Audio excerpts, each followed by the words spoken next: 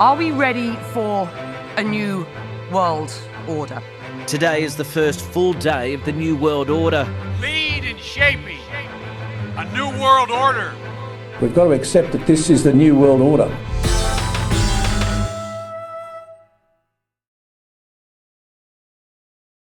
Hello everyone, this is Leonard Ulrich with another much overdue New World Order report.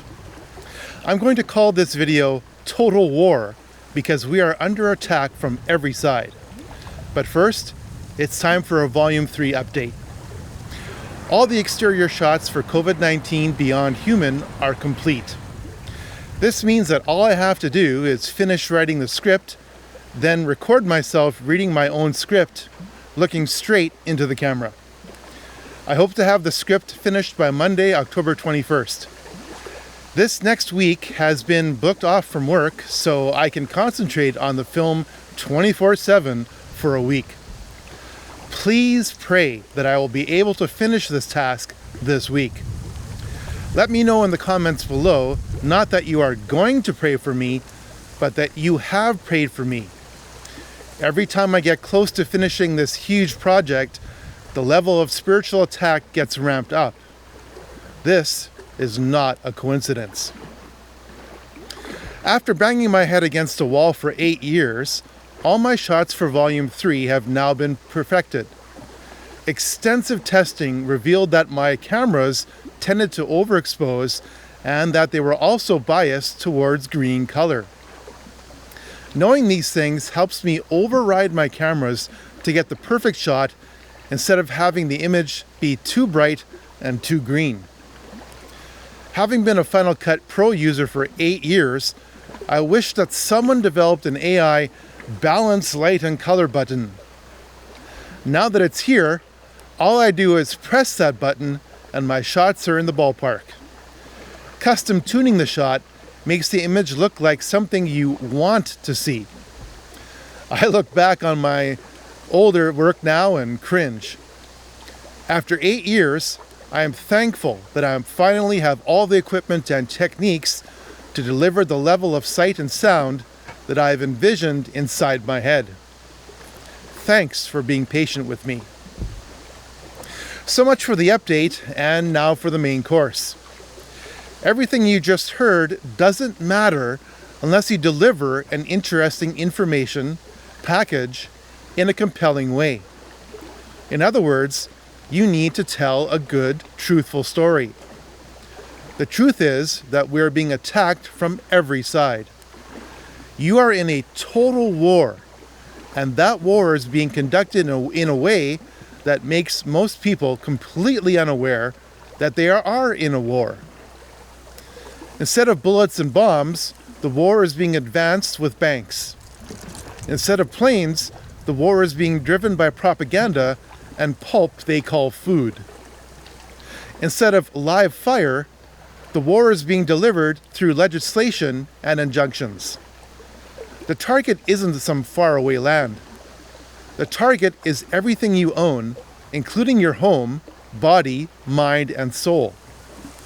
When the World Economic Forum released a YouTube video saying, "You'll own nothing and be happy," what they meant was, we'll take everything from you and brainwash you into compliance. I grew up in the rural municipality of Springfield, Manitoba. Back in the 80s, this was the perfect time and place to be alive.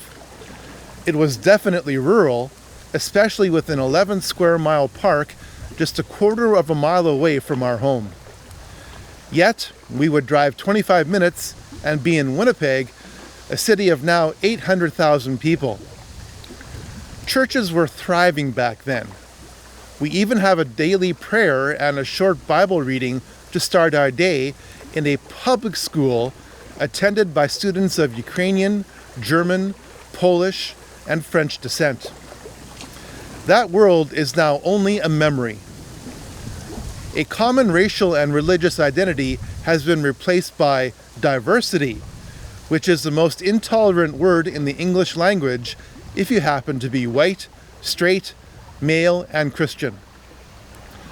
Land and house prices have made far too many young people realize that they will never be able to afford any home.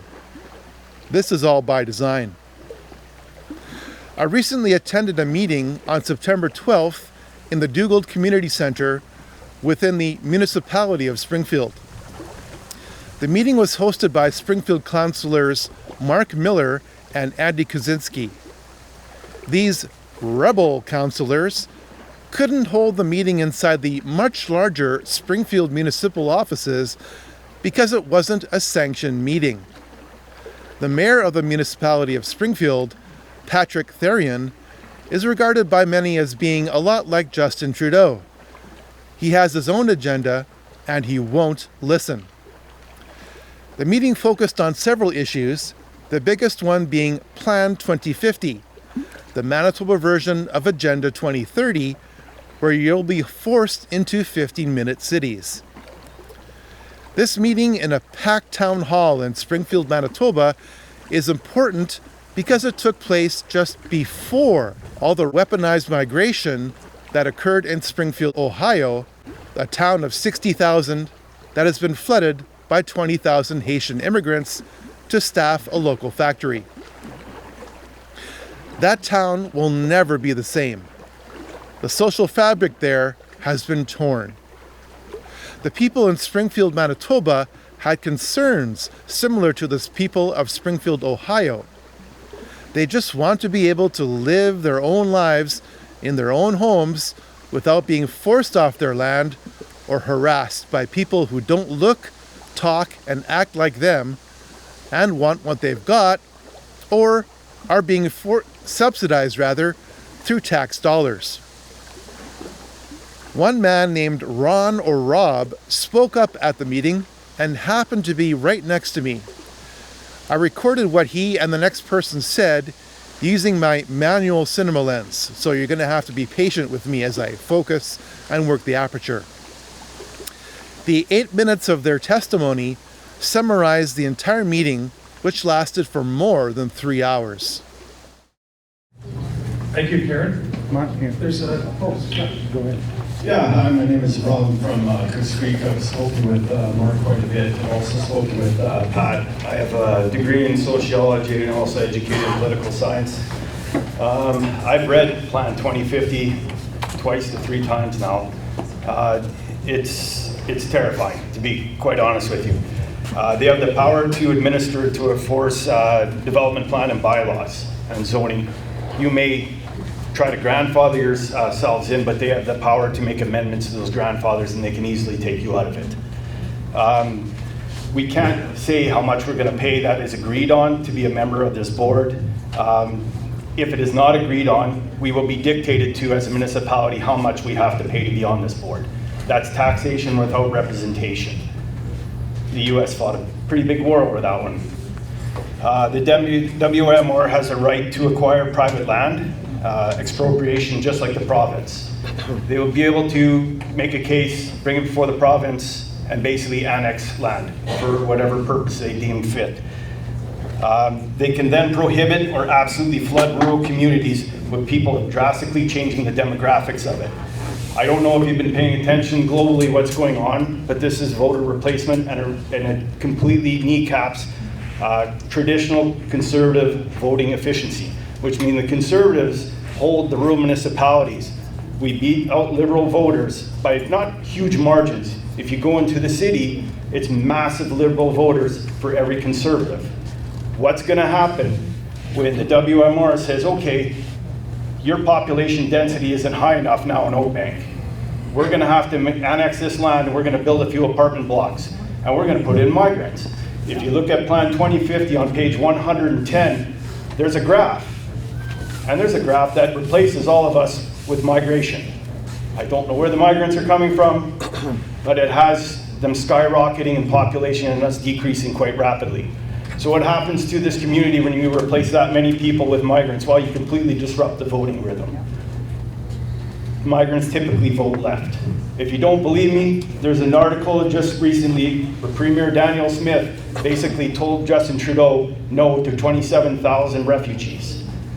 If those 27,000 refugees get relocated to Manitoba, And we are under this agreement. We won't have a say in where they set up, how many we get, what housing they get, and we can't do nothing. We get one vote on that board, that is our representative. That is it. We have people from all over Manitoba voting on issues that affect this municipality. That completely absolves our ability to self-govern as a municipality. We will no longer be self-governed. Your vote won't matter. You'll be able to elect your reeve, and they will be dictated by the WMR what they have to do. You will not be able to change this. The WMR will dictate where growth happens in your community, and it also includes industry. It's bound to the climate change agenda, which conveniently in the Plan 2050, it does not state what the hell climate change is. If someone can tell me that, I'd be thrilled to know. But it's all based on degrowth principles, which is a communist Maoist principle if you read history long enough. And it basically states that greenhouse gases must be reduced. That means your industry, say if you're like GT and you run a whole bunch of massive diesel gravel trucks, well, sucks to be you because they can come in and state, well, we have our municipality mandated greenhouse gas emissions, which is also in there. They have to do a study, we have a baseline. Now you have to reduce the amount of trucks you have, GT. Oh, we have 20, well, you can have 15. Well, we have 20, that's fine, you can't replace them when they break down. This is how this is going to go. It is very, very, very terrifying. You must track these greenhouse gases. Also, there's a minimum 80-acre lot. I don't know about you, but I don't live on 80 acres. So what happens when I want to sell my property or I want to give it to my kids? Under the new, I'd be in a zoning violation under the WMR. So what's my house worth? What's my property worth? Zero. That's right. Zero. What happens when the bank figures out that your property is worth zero and you have a mortgage on that property? Guess what? They come calling for that loan. They got to protect their investment and you lose yours. It's that simple. There's also an amendment in there for no land development near aggregate deposits. We have a lot of gravel deposits in Springfield municipality. I hate to say it, if you own land around there, it's probably not going to be worth a whole lot if this goes through. We will have no say on who is appointed to the WMR. They are appointed bureaucrats. They are beyond your elections, and you cannot vote them out. We cannot enact a bylaw or development or an industry zone without the express approval of WMR. The province has the final say, but whatever the province enacts as a bylaw, turns out must conform to the 2050 plan anyway, so the province is absolutely useless. So I'd like to close and say our property values will tank. You cannot subdivide your property because it will be below the 80. If it's connected, you must sell basically to another person who's connected to yours, and hopefully they have more than 80, and that would allow them to buy your land. And if I was a forced seller and I had a buyer next to me, if I was the buyer, I'd give you nothing for your land. Why should I? I'm the only buyer in town. This can be called nothing but socialism. This is the absolute congregation of authority without voter representation. So I do have a plan. I've been digging into the MCIA. If you don't know what that is, you can read about it. And the principles of our municipality and our councillors. And there's stuff in there we can do. We're working closely with Mark on this, and hopefully we'll have something to tell you guys to be able to help out and support. Thank you.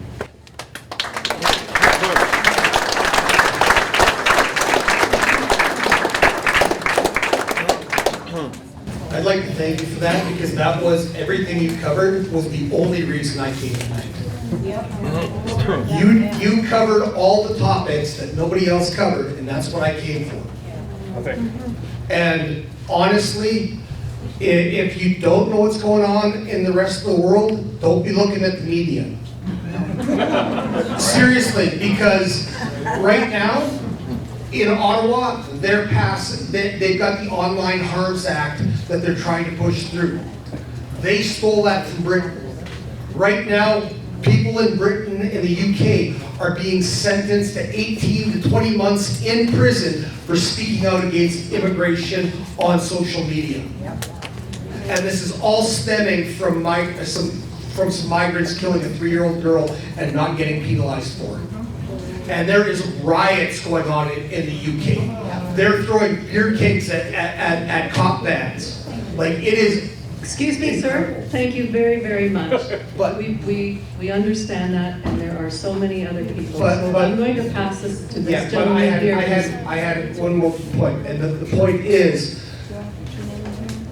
when I was on social media today, somebody said, well, you know, the United Nations plan, it sounds pretty good in principle, but what they don't cover off are the points that this gentleman made. And when I've got rodents in my chicken coop, I don't put out bitter, nasty tasting poison for the rodents. I put out something that's sweet and attractive for them. And they're presenting the attractive side of things, and by the time you've swallowed the poison, it's too late. Thank you very much.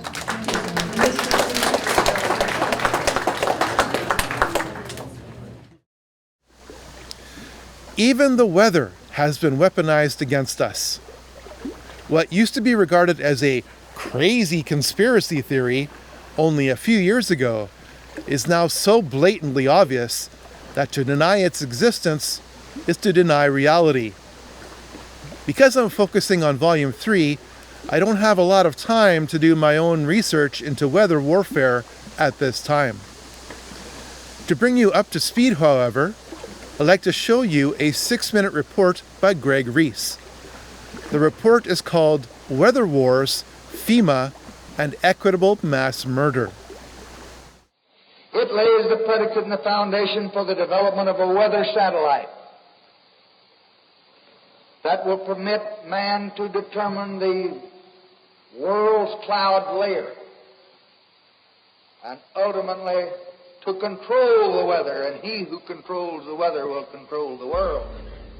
There are many known ways to control the weather, and the best way to steer it seems to be with the NEXRAD Doppler Weather Radar Network. The circular blue flashes seen in this video are frequency transmissions from the NEXRAD network of transmitter installations. The brighter the blue flash from a frequency transmission installation, the more pronounced and powerful the repelling effect on any air mass or storm in the vicinity will be.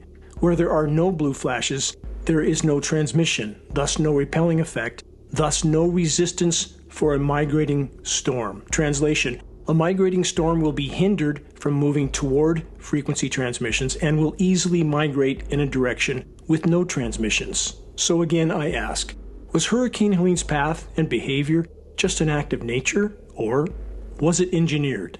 Whatever happened during Hurricane Helene, our own government is actively killing the victims of the flooding. We're in Nashville, and I saw 2 Air Force helicopter 60s, and I knew they were PJs just looking at them. And I went up to them, I'm like, hey guys, like, what are y'all doing? And like, this is what you need to be doing, this is how I'm finding people. And they're like, we can't go. We're waiting on Title 10 orders. And I'm like, what? They can't get any authority. There's military helicopters all over here sitting on the ground, and they can't do nothing. Even my JSOC boys in Fayetteville, they can't get orders to come out here. It is just the most disgusting thing, and they're killing these people. And I don't know why they're doing it. I don't know what kind of conspiracy. I've heard so many things, whatever you want to come up with, but they are literally allowing these people to die in the mountains right now because we can't get helicopters. Not only is the government standing down, they are stopping others from helping. And there are even reports that the confiscated donations are being delivered to sanctuary cities. So I'm here in Boone, North Carolina. I'm at the staging area. I volunteered myself and my canines to come up and do some search and rescue efforts. Obviously, you see all my equipment. So we've been told to just turn around and go the opposite direction, because what they're doing is they're confiscating everything. Like, they would confiscate all of my gear, my car, my dogs, like literally everything. There are some people who have been tracking these FEMA agents and what they do with these supplies after. And these are people that are directly associated with the group that I'm volunteering with. And essentially what they're doing is they're taking these supplies to sanctuary areas for illegal migrants and giving it all to them. An unmarked black helicopter was caught on camera deliberately causing thousands of dollars of damage to a donation and support center. The government is no longer trying to hide. They are now killing us out in the open. And the radical Marxists working at FEMA are not really concerned with most of the people. LGBTQIA people and people who have been disadvantaged already are struggling. They already have their own things to deal with. So you add a disaster on top of that, it's just compounding on itself. You know, the shift that we're seeing right now is a shift in emergency management from utilitarian principles where everything is designed for the greatest good for the greatest amount of people to disaster equity. We, the people, point out that they are killing us, and they complain that it's hurtful. What kind of impact has this had on the recovery effort? It has a tremendous impact on the comfort level of our own employees to be able to go out there, but it's also demoralizing. Right after the government says they don't have enough money for the American people stricken by the floods, and that another storm is coming, they announce another $157 million to the people of Lebanon. Joe Biden makes another Freudian slip and says the government's response will be to increase the number and intensity of these extreme weather events. Response is to increase the number and intensity of the extreme weather events and be where we're going to use all the resources available to the government to do it. And many are now saying that this is exactly what they did with Milton, which is now expected to be catastrophic. Reporting for InfoWars, this is Greg Reese. So that's the information. But what do we do with it? I used to think that we as Christians, conservatives, and libertarians could hold the flood of the New World Order back by building a dam. COVID-19 changed all that. It is now time to build an ark to float above the flood that is now here. I'm reading my last book in preparation for Volume 3. It's called The Benedict Option by Orthodox author Rod Dreher. It is a follow-up book to his excellent work called Live Not by Lies. Here's the current problem, as defined by Dreher, in a couple of excerpts from the book that I'd like to read for you. The spiritual crisis overtaking the West is the most serious since the fall of the Roman Empire near the end of the 5th century. The faith may continue to flourish in the global South and China, but, barring a dramatic reversal of current trends, it will all but disappear entirely from Europe and North America. The storm clouds have been gathering for decades, but most of us believers have operated under the illusion that they would blow over. The breakdown of the natural family, the loss of traditional moral values, and the fragmenting of communities. We were troubled by these developments, but believed that they were reversible and didn't reflect anything fundamentally wrong with our approach to faith. Our religious leaders told us that strengthening the levees of law and politics would keep the flood of secularism at bay. The sense one had was, there's nothing here that can't be fixed by continuing to do what Christians have been doing for decades, especially voting for Republicans. Hostile secular nihilism has won the day in our nation's government, and the culture has turned powerfully against traditional Christians. We tell ourselves that these developments have been imposed by a liberal elite because we find the truth intolerable. The American people, either actively or passively, approve. There is no safe place in the world or in our churches within which to be Christian. It is a new epoch.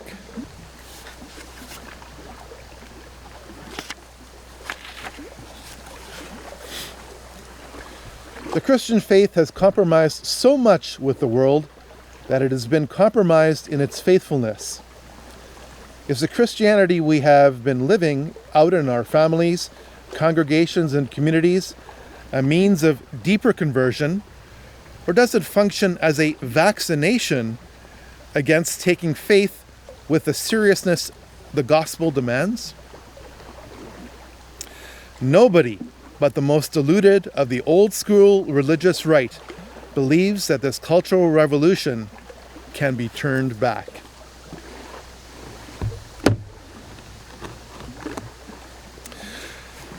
Well, that's it for now. Just what kind of ark to build and how to build it is the core subject of this book that I just read a few excerpts from. Well, as I said, that's it for now. The script for Volume 3 must be complete in a week, and I'll be reporting to you in 2 weeks to let you know how it went. Thank you for your prayers and financial support. God bless.